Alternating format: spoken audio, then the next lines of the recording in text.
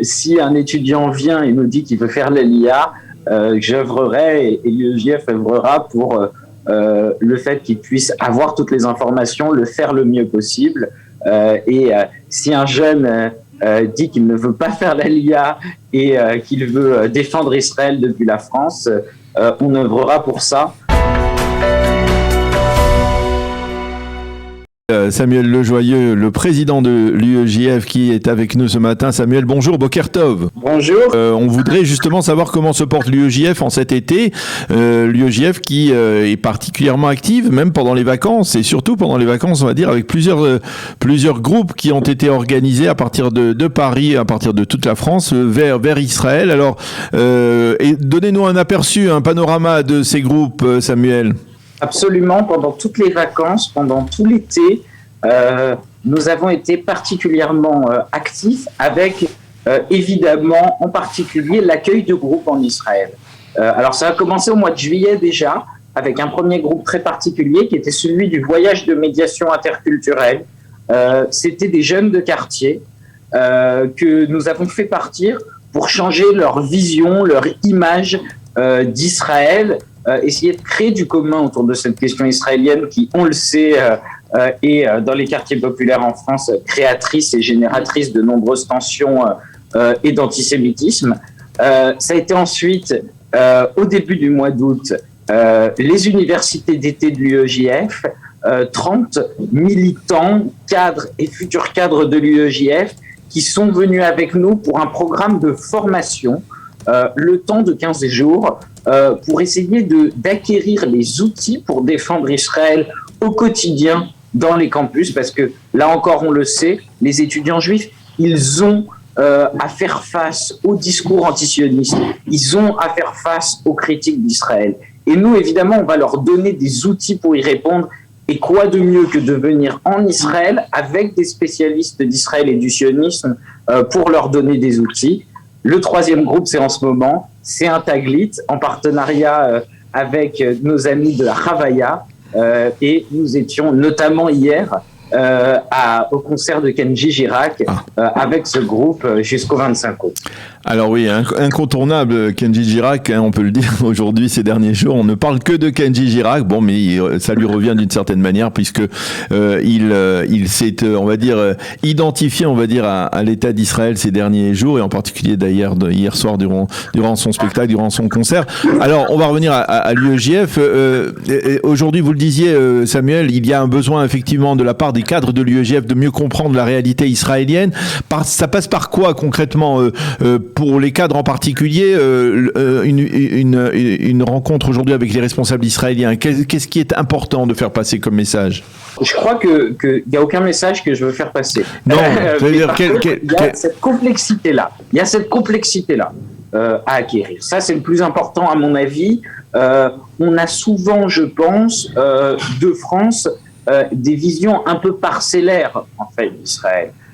Oui, il y a beaucoup de militants qui ne pensaient pas, qui ne connaissent pas bien, par exemple, la communauté druze. Nous sommes allés au domicile de Fatim Moula, le député druze du Likoud, qui nous a parlé à la fois de la question de l'identité druze, mais aussi de ses positionnements politiques. C'était absolument fascinant.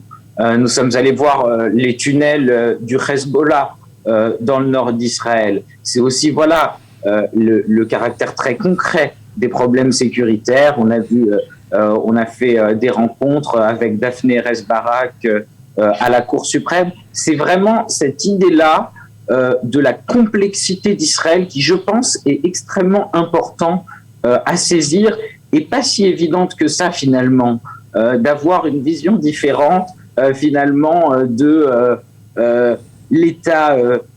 oui, c'est Israël, l'État juif, l'État refuge, mais maintenant, comment ça se passe ? Comment ça s'est passé historiquement pour les différentes communautés juives qui s'intègrent en Israël depuis la première Aliyah jusqu'à aujourd'hui aux Ukrainiens et aux Russes. D'ailleurs, ça me fait penser rencontrer également Yigal Palmor qui nous parlait justement de cette Aliyah actuelle d'Ukraine et de Russie. Donc c'est vraiment, je crois, une question d'acquérir des outils et d'acquérir cette complexité-là qui pourra parce que moi je pense que c'est notre grand défi finalement, c'est de casser cette simplification systématique de la situation israélo-palestinienne dans les campus qui amène à la haine. Quand je parlais de messages à faire passer, c'est justement un message à faire passer quand vous rentrez en France surtout, c'est-à-dire auprès par exemple des élus à l'Assemblée nationale, lorsque l'on voit des élus des NUPES qui présentent un projet de loi ou en tout cas une résolution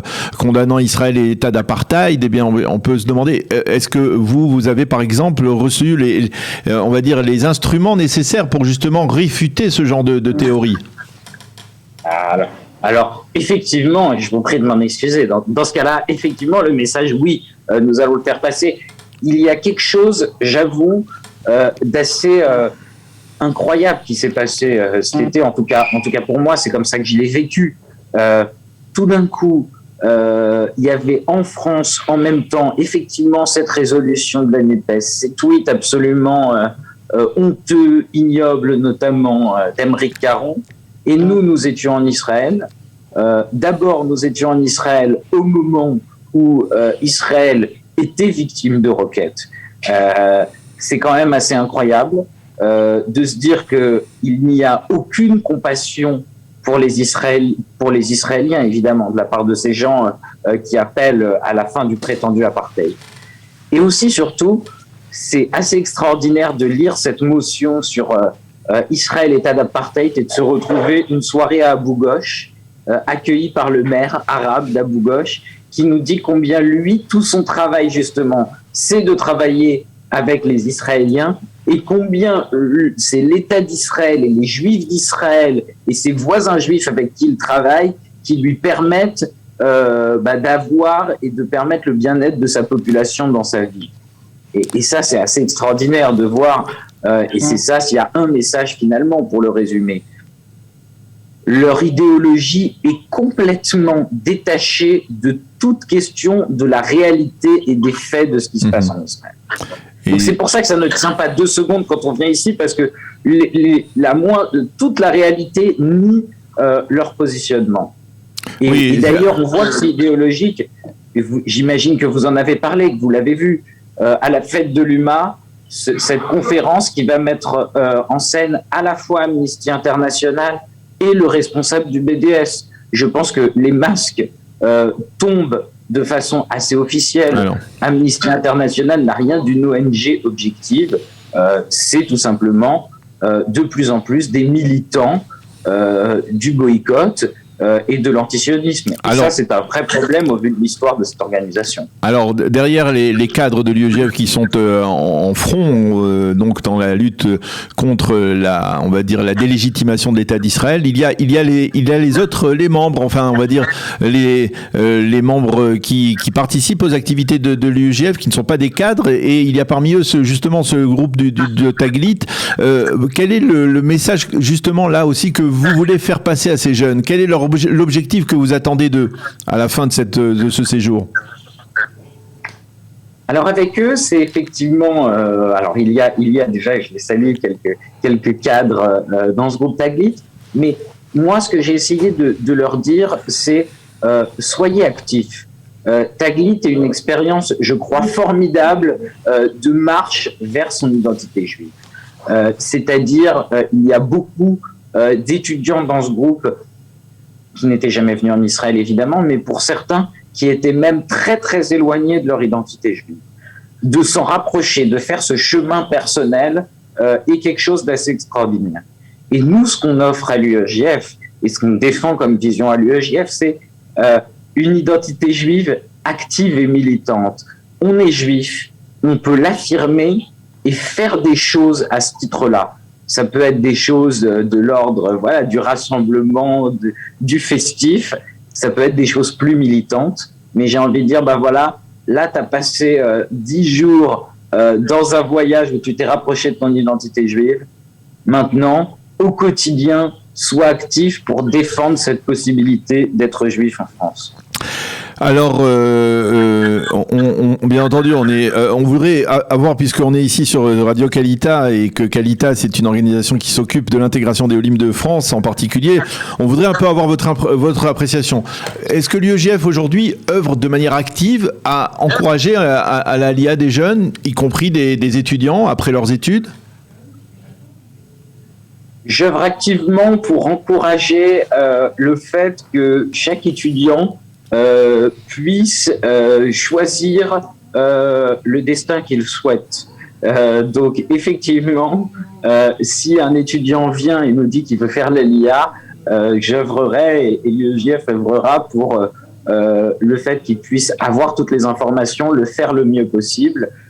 Et si un jeune dit qu'il ne veut pas faire l'ALIA et qu'il veut défendre Israël depuis la France, on œuvrera pour ça. Donc c'est ce qui est important à mon avis et le rôle sans doute de l'UEJF dans l'ALIA, c'est le fait que l'ALIA soit choisie et lutter contre l'antisémitisme, je crois, en France. C'est aussi permettre qu'il y ait plus d'ALIA choisis et moins d'ALIA subis par l'antisémitisme.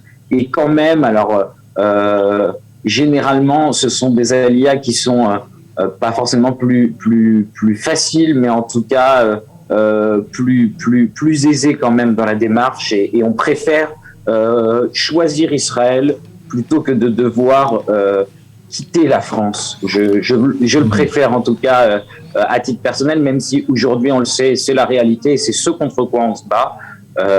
De nombreux jeunes quittent la France, quittent certains quartiers du fait de l'antisémitisme. Eh bien, Samuel Lejoyeux, merci beaucoup d'avoir été avec nous ce matin pour, d'une certaine manière, clôturer un peu ces grandes vacances et cette activité donc très intense de l'UEJF en Israël durant ces vacances, ces mois de juillet et août. Merci beaucoup. Je suppose que c'est un grand retour puisqu'on n'a pas pu le faire pendant les 2-3 dernières années à cause du Covid. Et donc, c'est un grand retour et merci beaucoup d'avoir accepté de répondre à nos questions ce matin sur Radio Qualita. Passez une agréable journée. Bon retour en France et à bientôt.